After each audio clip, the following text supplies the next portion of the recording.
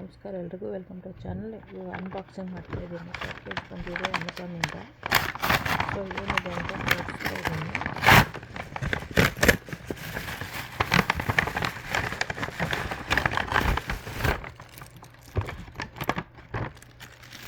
ಇದೆರಡು ಬಂದಿದೆ.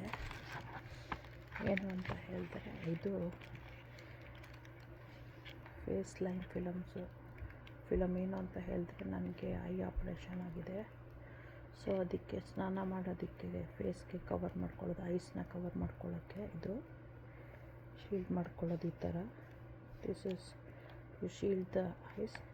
I just got my eye operated. I got hurt myself and got hit on the head or something, so I had to operate my eye.